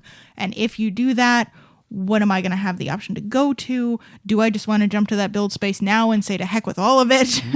It definitely adds a layer of thinking, and I like that because there's only one other player waiting for you at that point. And I think that leads into one of the biggest things that a lot of people will talk about with this game. This is not a fast game. No. This is a slow calculating game, which if you are ready to play a 2 to 3 hour slow calculating game is great, because I feel like the depth of decision you are making in High Rise justifies the play time to a point. And this is true 2-player, 3-player, and really 4-player as well. Obviously 4-player having the most downtime, and I could see that kind of wearing on other players in a 4-player game that I played with. Just being like, okay, well, this player is going to be taking 10 minutes on their turn, and then there's 2 people in front of me. That will be a thing you have to be aware of. But I feel like the depth of decision in 2-player and 3-player justifies and earns that time. And also it allows you to really think about your next move. It gives you more planning time, which is really, really important, because every decision and every action you take in this game is going to have effects. There's no nothing turn in this game. Every turn you take is going to have effects, be it I'm going to, get a bunch of resources, or I need to get myself here so that the other player doesn't get there. You have to really think about what you're doing. And in addition to a lot of games with a lot of deep planning like this, it's not like a player is going to take your spot and completely wreck your turn. Obviously, that will happen very often because there can only be one person on a space, but I feel like there's always enough room to go for that plan B in high rise. Well, you have to have a plan B, because if you can't get to a space, you can't get to a space. There's no like, well, how do I double use it? Like there is no option for Yes. that. One thing you and I were talking about that I don't think we were talking about on mic was that unlike some other games where the person who's the farthest back jumps ahead, you don't have the option in this game of straggling. Yes. In Tokaido, if I'm the farthest player back and there's 4 spaces between me and the next player, I can go to every single dang one of those spaces and get all of the stuff as long as I have the money to do it. Yeah. In this game, you need to move to the next zone when you move your player piece. And when you're moving the dummy player piece, it needs to jump to either the zone that is ahead of the furthest ahead or the next zone. It depends if you're blocking or if you're moving. Yeah. There's some interesting It has there. rules as to where it has to go. And it keeps everybody moving forward. So if I jump to the next zone ahead of me, I'm only going to get to use one space in that zone. Do I want to take the one that's going to put me in the best position gameplay-wise? Or do I want to take the one that's going to put me in the best position turn order-wise? Like maybe that first space so that I am the first back in that zone? Or do I want to take the one that I really just don't want you to use? What am I going to do? How am I going to weigh that all out? And I like that this game keeps you moving forward, whereas other games are sort of like, oh, I'm just gonna like if you've made the risk of jumping very far ahead, I can then capitalize on that very strongly. Whereas this game, it's a little more limited in that regard. It keeps you on your strategy. Yeah, and I think it's also interesting to talk about limiting in terms of the powers that you're able to get throughout the game. There are some tenant tiles that have associated action cards with them, and they are surprisingly limited. There are ones that are you get to use once per round of the game, which realistically is 2 or 3 times ever. There's a lot of single-use cards, and then there's a few cards that are persistent that you get to use, like anytime you draw such and such, you get to draw again. But even those, it's not like every single turn you're making use of that card. And I really appreciate the restraint of those cards because it makes them more powerful when you do use them. And it makes corruption more powerful when it maybe takes that away from you at the end of a round. Because like you said, one of the detriments of having a bunch of corruption, of having the most corruption, is that you have to flip one of your single-use cards over to the other side. So it is essentially tapped before you start the round. And if you were counting on having that thing that gives you maybe 3 extra points if you build a 9-story building and you're getting ready to build a 9-story building, like 3 points is not an insignificant amount of points in this game. It's not the game, but like it will make you think again. Or if you are planning on drawing some extra tiles and you really need those extra tiles, like the fact that you took too much corruption and now you don't have that option, and it essentially means that you wasted the turn of getting that card, which in this game, wasting a turn is no joke. Like, it's the kind of thing that you need to really weigh out when you're looking at how much corruption you're going to end the round with. Yeah. Another thing that I want to talk about in terms of the timing and pacing of this game kind of harkens back to something we've talked about again and again with any kind of game where you are collecting resources and then constructing something, and that's the main source of your points. We talked about years ago the Manhattan Project problem, where you are collecting a bunch of resources to build whatever particular thing you're building, and that's your giant thing of points. And then if you get off of the cycle of everybody scoring points, then you're never going to have a chance to recover. Did you feel that this had that problem? And if not, what was different about this that made it less of an impact? Yes and no. Okay.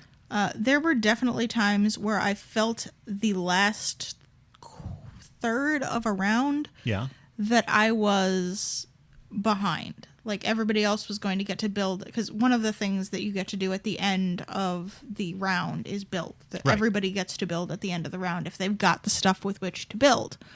And there were definitely rounds that I ended where I just didn't have the stuff to build. And I definitely felt behind at that moment. I was like, okay, you guys got to get a bunch of points and I do not. And now what am I doing with this last third to set myself up? And if it's not the last round, you can set yourself up for the next round. and hopefully jump ahead to one of those early building spaces. But there's only so many building spaces. Like, everybody else may be able to pull something out by the time you get to the next building space. Hard to tell. At the same time, even on the last round, if you're coming in and you're not going to be able to build on that, there are things that you get benefits for. Like, you get benefits for leftover resources, tiles, floors, floor tiles at the end of the game. So they're not completely wasted, and they're not so, I think it's like 3-1, right? Mm-hmm. So it's not so many. You don't need 10 floors to get one additional point.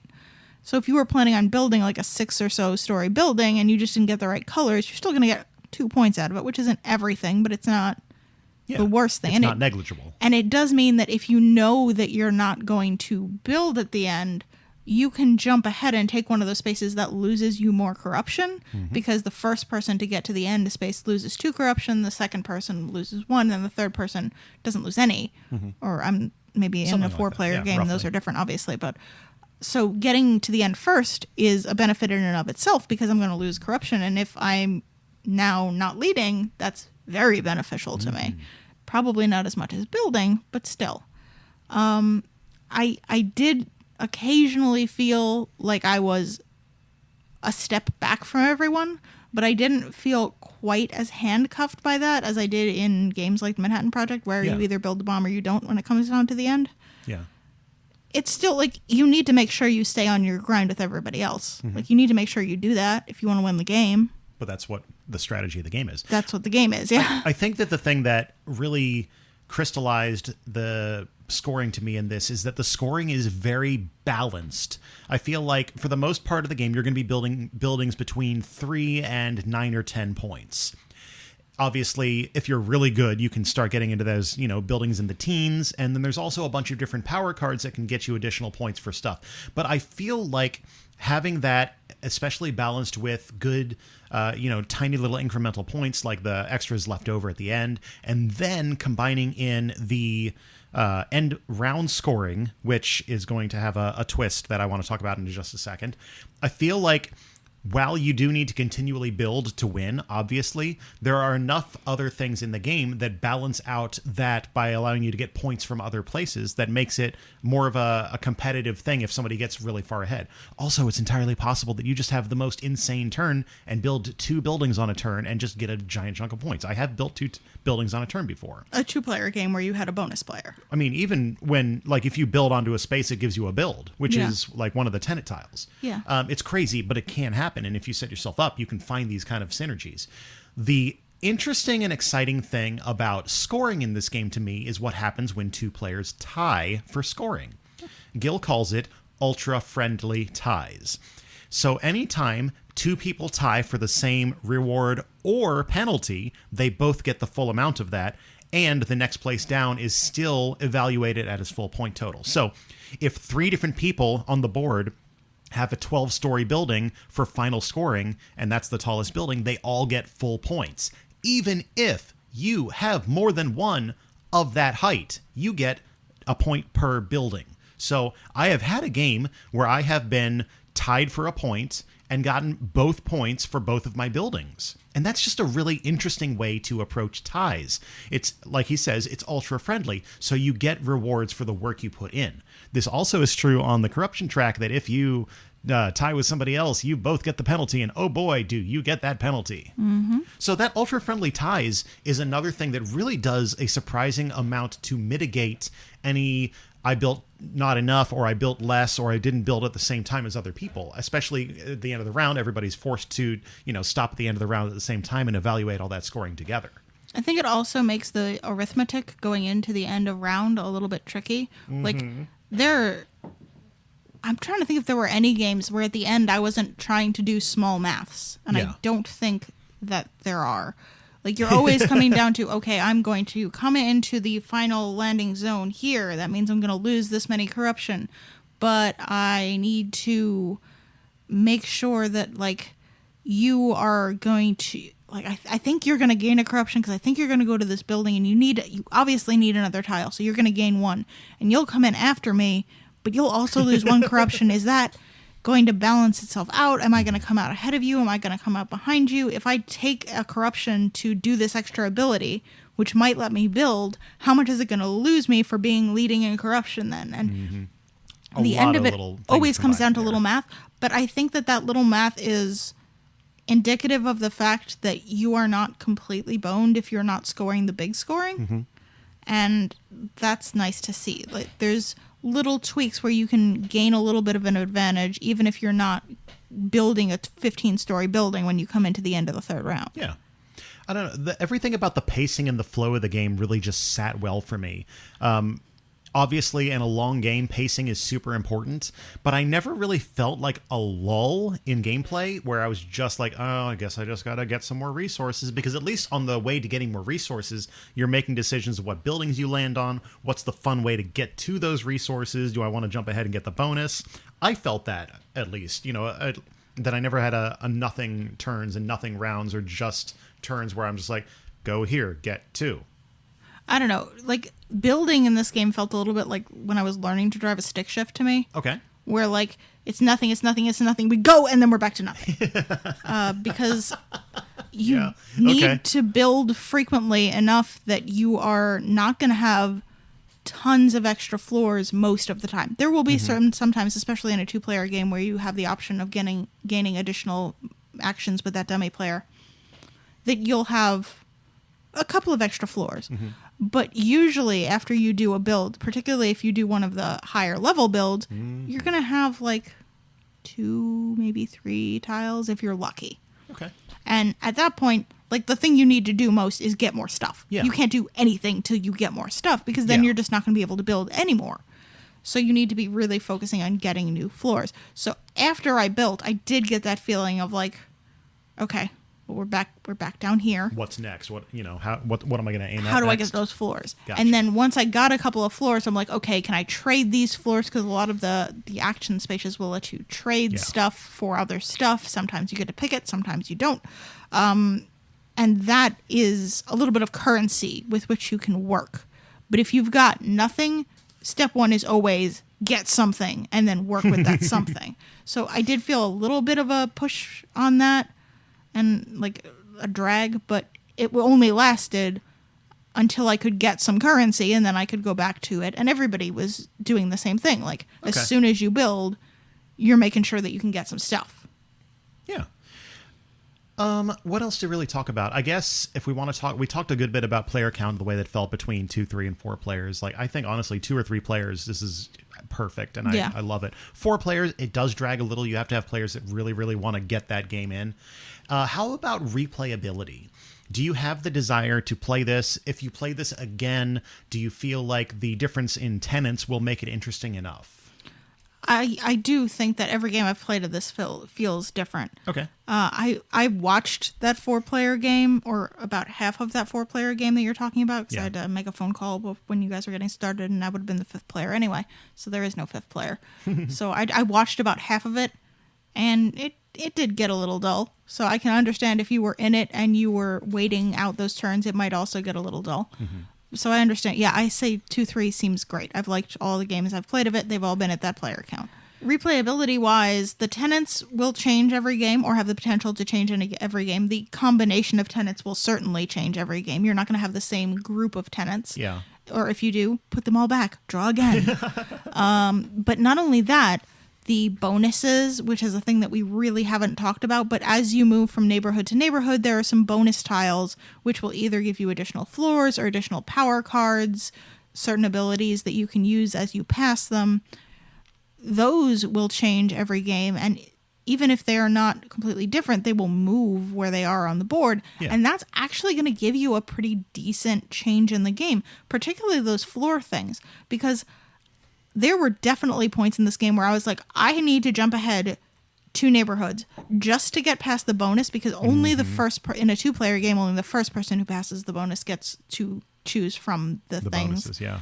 In a 3-player game, the first 2 people who pass get 1, and then whoever passes first gets 1, and then the second player gets whatever's left. But I've definitely gone, okay, 2 floors, and if one of them is ultra plastic, which is a wild essentially, especially if I've just come out of a build and I have nothing, and I was just talking about how I need to get something, anything, a tile and a wild is certainly some good currency to work with. That means I need to manipulate it less. Yeah. Those can be really powerful to planning your game, especially if you're using that dummy player and you're like, okay, I'm gonna jump ahead and get this benefit, and the dummy player can't collect the bonuses, but they may allow me to take a power that is ahead that I need to be able to make my stuff work without jumping ahead, or maybe they block something that may make it less vital for you to jump ahead. Maybe I block the space after the bonus with the dummy player, and now that was the one you really needed. So are you going to skip all these spaces in front of us that you could get another action out of just to jump ahead to get those bonuses when the thing you really wanted is covered? Like, why would you even do that? I can't imagine. Just leave those there. I'll take those floors. Don't you worry. So I don't think that this game is ever going to feel exactly the same. And the amount of attention that you need to pay to the little stuff in this game means that the fact that it doesn't feel exactly the same makes it feel different. There are some games where if it's not exactly the same, it can still feel the same. We love Carcassonne here. We love it. But a slightly different game of Carcassonne is the same game of Carcassonne. Yeah.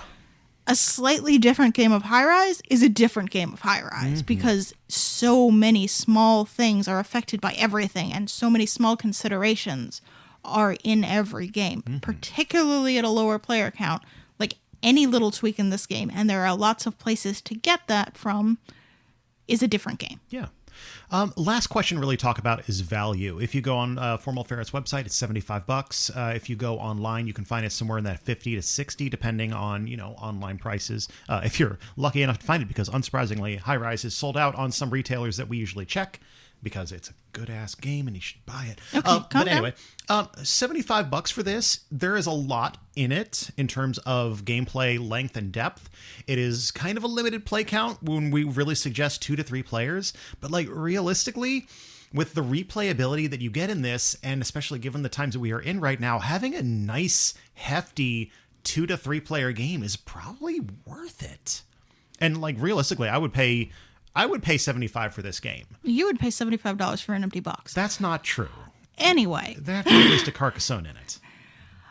I feel like this game sort of tricks me when I think about value and about time length, which is something that I've said to you every time we've played this. I sit down at this game and I look at the box and I think about Formal Ferret games, and I expect, even though I know this game plays 2.5 hours minimum, I expect it to be sub 2 hours. Yeah. I don't know why. I just do. And it's not. And if you think about any game that reasonably plays 2.5 to 3 hours, a lot of those games, you're talking about $75 easy. Which, it feels like the right price point to me. It's got all this beautiful art on it. It doesn't have the 3-dimensional pieces, but like I said, I think it's better off for not having them. I like the amount of thinking that I'm doing. I like that it plays either with 2 or with more than 2 reasonably. So yeah, 75, yes, but 50 definitely. Yeah.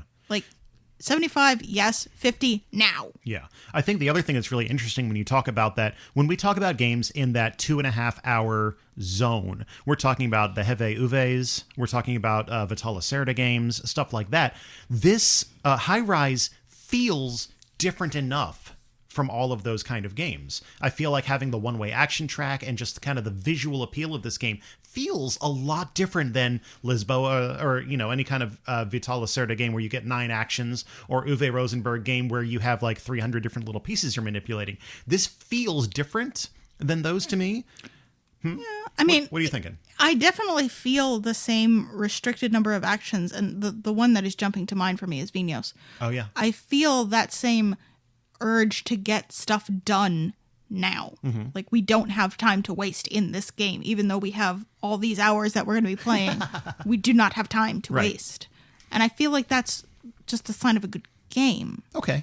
I got you there. I don't know. It feels different than a lot of the other heavy styles we often talk about, which I feel then justifies and earns that value and deserves a spot on the shelf. Yeah. This is a game that I'm looking forward to playing for a while, and I feel like we're kind of rolling into final thoughts here. Do you have any thoughts you want to crystallize, or do you want me to crystallize a thought? Do you want me to mix up some Kool-Aid? I don't know. We watched that thing about Yeah, no. Kool-Aid Man. Yeah. Let's just move on to final thoughts. So for me, High Rise is a game that I have been waiting a while for, about 2 years now, and getting it at the beginning of this whole pandemic really gave me something exciting to latch onto. I told Gil this after a few plays. I just texted him or messaged him real quick on Twitter. I was like, Gil, this game came at the perfect time to make me want to play games. I think the fact that it is phenomenal for 2 or 3 players is perfect for right now when you just want to do something for 3 hours that feels productive, constructive, and has a little bit of fun in it. And uses your mind. Yeah, uses your mind. And the depth of decisions in this and the way that stuff interacts, especially, depending on what comes out in each game, means that each time I play High Rise, I'm going to get something new and exciting to be like, oh, I never thought about using that in that way. I feel like I could go on for hours talking about how much I enjoy playing High Rise, but I'm not going to do that because I'm going to do that again at the end of the year probably.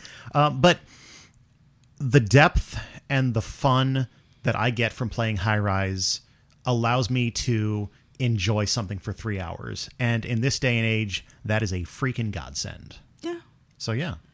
I mean, I don't have anything that's more prolific than that to add. I enjoyed this game. It is a good, fun game. It is something that puts me back into a headspace that it is difficult to get me to want to put myself back into right now, which is fine. I like there are a few games that are a little bit heavier that if you say to me, do you want to do this? Even if I'm not feeling like I want to go through a big heavy game, I will always play them. Yeah. The other one that immediately jumps to mind is Agra. Like I will play all 4.5 dang hours of Agra anytime you want to remind me how any of the scoring works. Yes. But this falls sort of into that category. It's engaging to look at. It's got a lot of decisions, but they're not haltingly difficult decisions. They're just planning. And they're fun decisions. And sometimes they're fun decisions. And sometimes you're like, oh, sweet Jesus, what is small maths?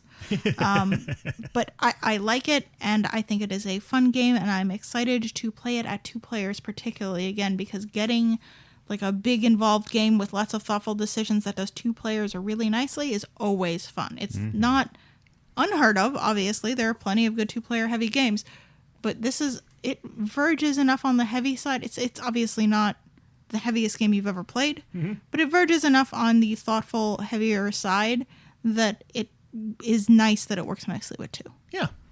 High Rise. There it is. Go out and get it if you can and you enjoy heavy games. No, just order it.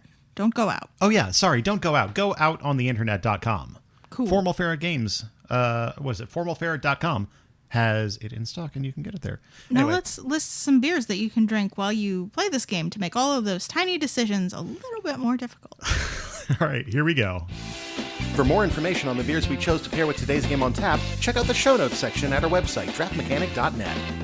High Rise Beer Pairings 2020 Formal Ferret Games 1 to 4 players 100 to 150 minutes. Designed by Gil Hova with art by Heiko Gunter and Quan Chamoria. Game of city building opportunity, snatching, and shady business. I don't know why this is a song.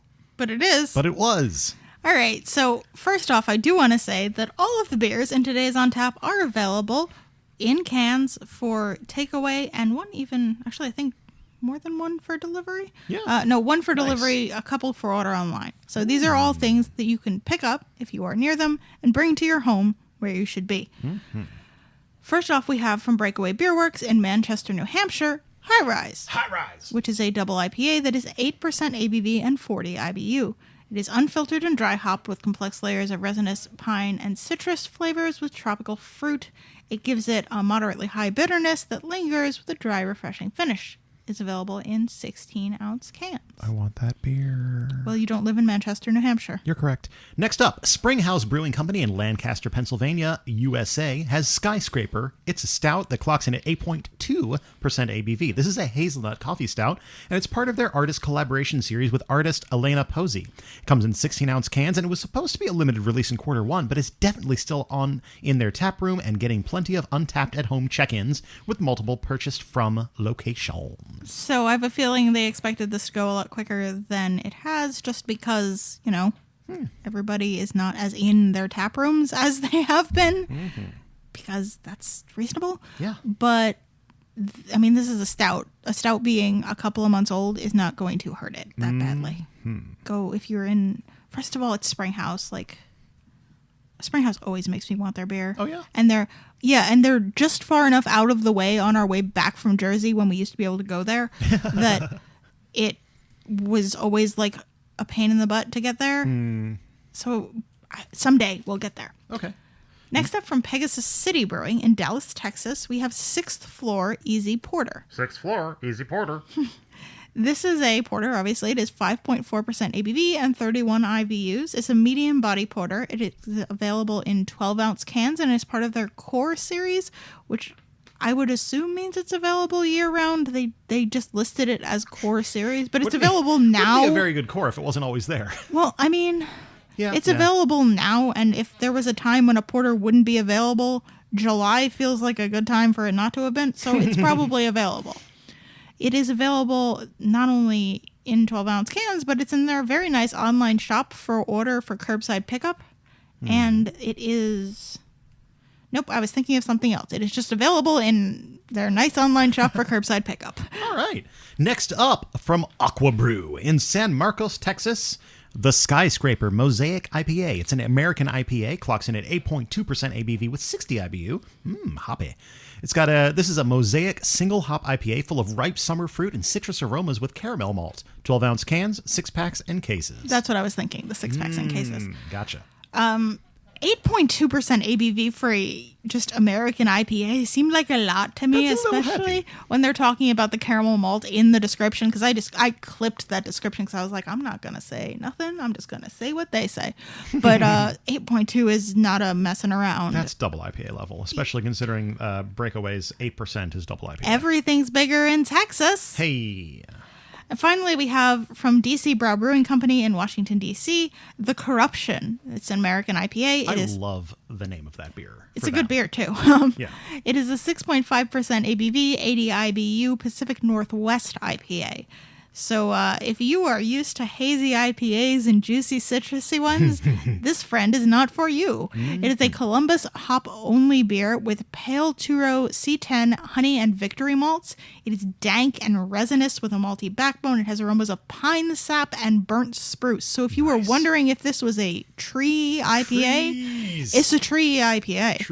It is available in 12-ounce cans year-round, and you can order for curbside pickup or delivery, but I imagine you need to have a address that is closer to Washington, D.C. than North Carolina, and I don't have one of those with which to check it, but they are delivering this nice thematic beer. They probably don't deliver this far. No, I imagine they probably deliver inside the district and maybe like Nova. It said the DMV, but that's a lot of places.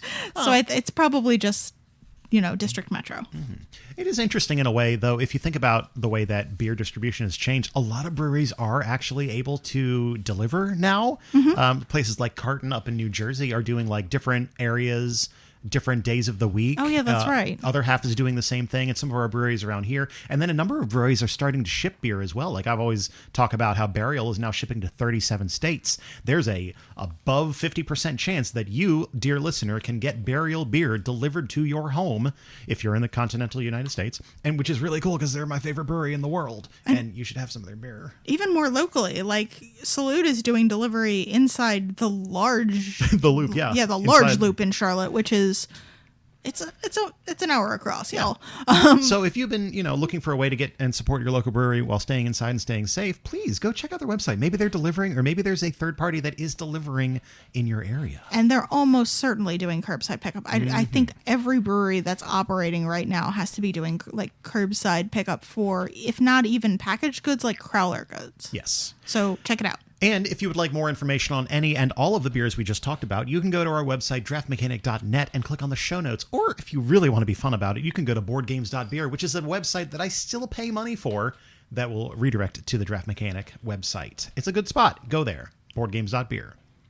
Moving on To, some might even say, more important conversations. Significantly more important conversations. Usually the beer segment is yours, but I feel like we can tackle this one together today, if that's cool with you.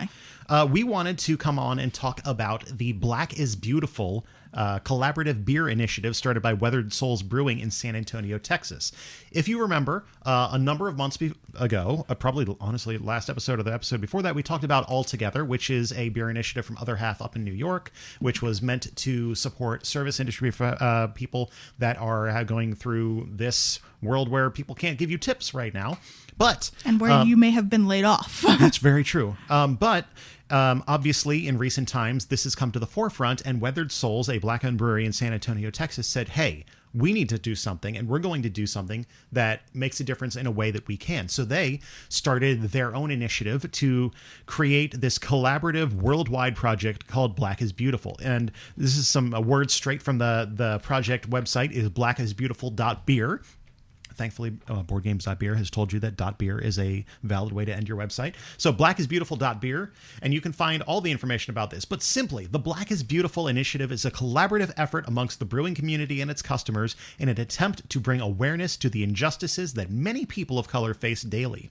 Our mission is to bridge the gap that's been around for ages and provide a platform to show that the brewing community is an inclusive place for everyone of any color. We are asking for all breweries and brewers far and wide to raise a glass with us in unison and participate in this collaboration. And oh boy, did the brewing world say, hell yeah, we're going to do that. As of time of recording, 1,037 breweries are participating in this. All 50 states and 20 countries around the world, 38 breweries in North Carolina are participating in this. The initiative is basically, Weathered Souls Brewing has created an Imperial Stout recipe, and all breweries are encouraged to basically make their own kind of spin on it, do tweaking to the recipe as they wish so that they, use that stout to create something exciting and interesting, and then donate 100% of the beer's proceeds to local foundations that support police brutality reform and legal defenses for those who have been wronged. They are completely free. Breweries are completely free to choose their own entity to donate to local organizations that support equality and inclusion.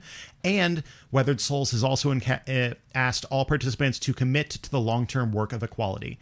And this is fantastic. And just you seeing the response of over 1,000 breweries getting in on this is so awesome to see.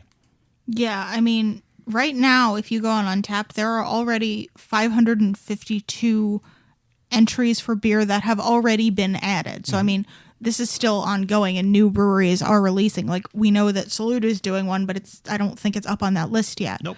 So, this is definitely still gaining steam and progressing forward. But of those 1,037 breweries to already have 50% participation, which anybody who's ever tried to organize a lot of people to do anything. Or two people to do anything. That's fair. That's so great to see.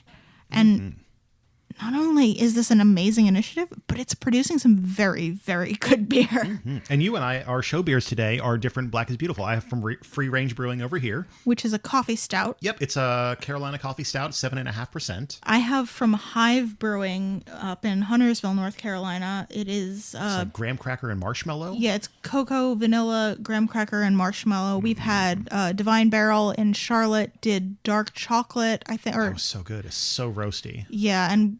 Triple C had the sea salt one. Sea salt and chili, I think. Mm-hmm. Yeah. And they've all gotten to choose which charities they're donating these proceeds to. So I've seen Ignite North Carolina. I've seen the North Carolina NAACP. Mm-hmm. There were a couple of others that I wasn't as familiar. Those were the two that immediately jumped out in my mind.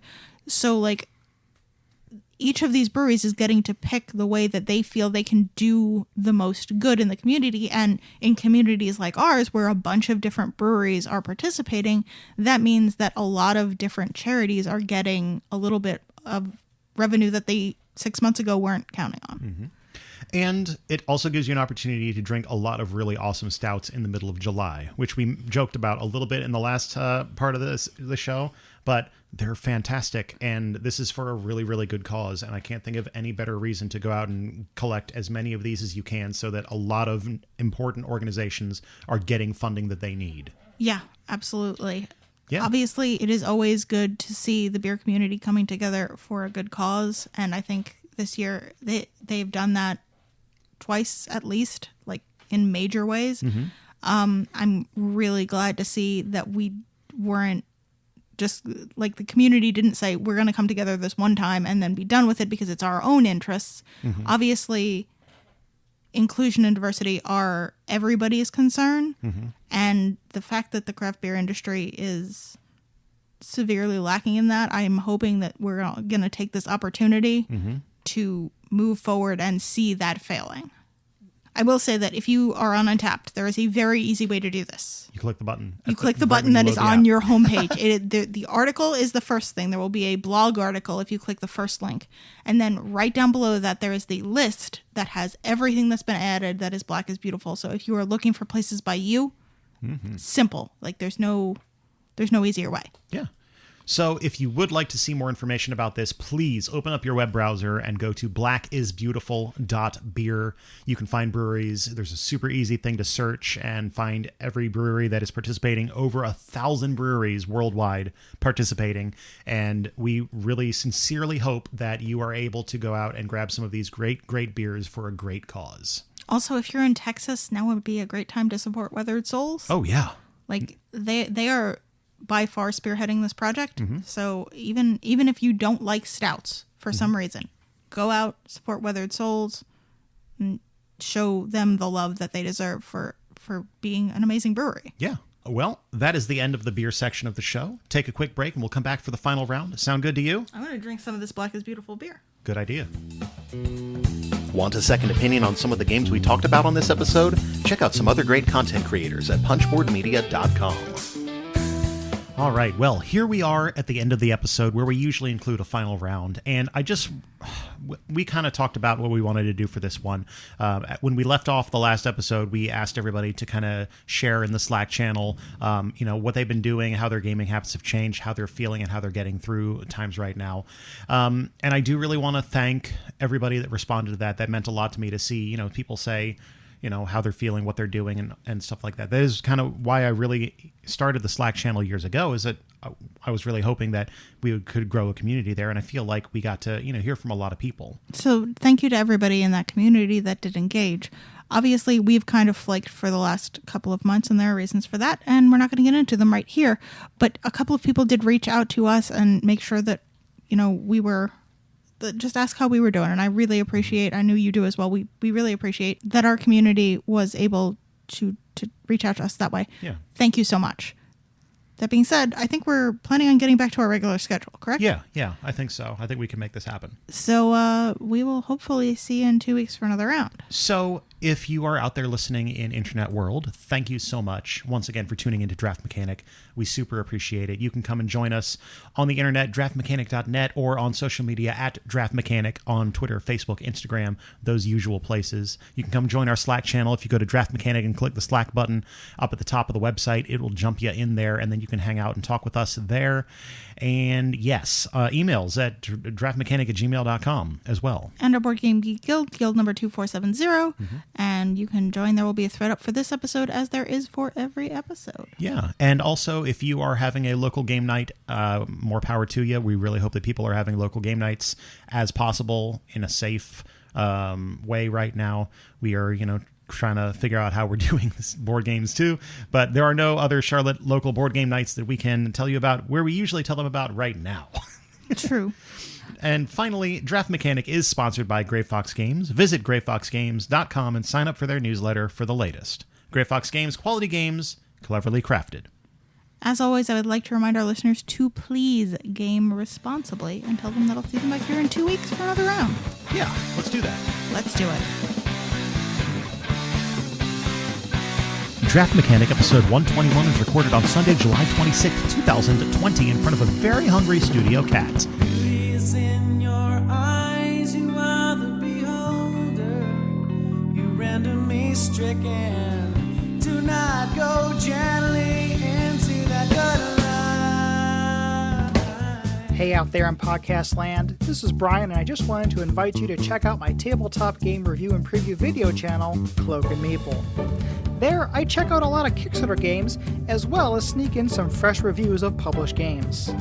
Come and check out all of the bad acting in my attempts to be entertaining in my intros. Stay for a game overview and hear my thoughts of the game at the very end. You can find Cloak and Meeple on YouTube at youtube.com/cloakandmeeple. Punchboard Media, where we all bring something to the table. pull up a chair at punchboardmedia.com.